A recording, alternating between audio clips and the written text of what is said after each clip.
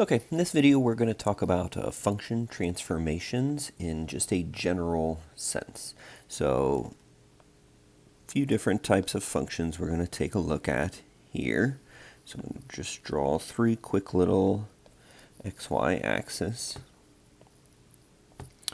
All right, first one is our quadratic function, our parabola. Okay. Second one is the square root or radical function. And then the third one is going to be the absolute value function. And that point should be right there on the origin. My picture isn't great. Okay. All right.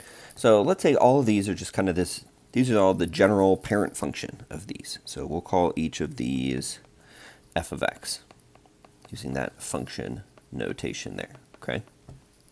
Well, we can talk about the transformations or the changes of any of these functions in general terms just using f of x, okay? So no matter which one of these functions we are talking about here, all of these transformation notations mean the same thing. So if we start with our function, f of x, then all of these transformations can be noted in similar ways here. So first we have this sign out in front, okay? And then here is my f x right here, okay? So we have this sign out in front. This sign in front is what flips over the x axis, okay? So that negative in front flips any one of these three functions over the x axis. In terms of the quadratic, the parabola, and the absolute value on the right, a lot of times we think of it as, oh, well, in these pictures it's pointing up, and when we flip it points down. You can see in the radical function kind of is doing that, but the point is really going to the right. Even when it flips, it still points that arrow to the right, but it still flips it over that x-axis, okay? So we got that there. And then we have this piece here. So minus h, okay? And this piece here, this minus h here on the inside, it again always does the same thing. This moves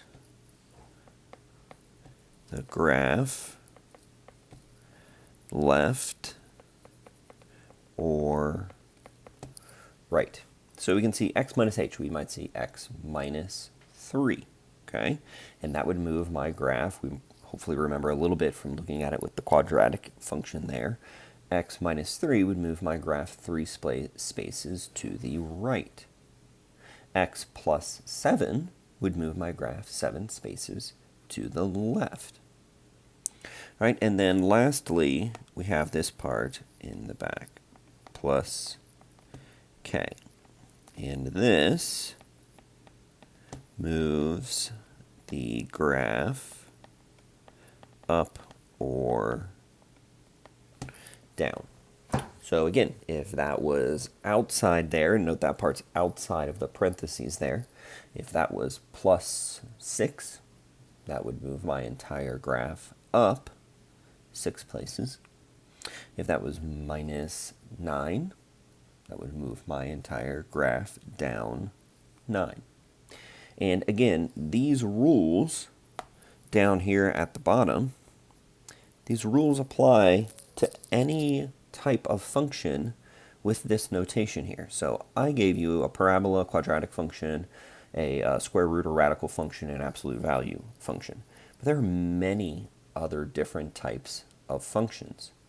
But these things, this negative in front, this minus h, this plus k, have the same effect no matter what type of function we are looking at there.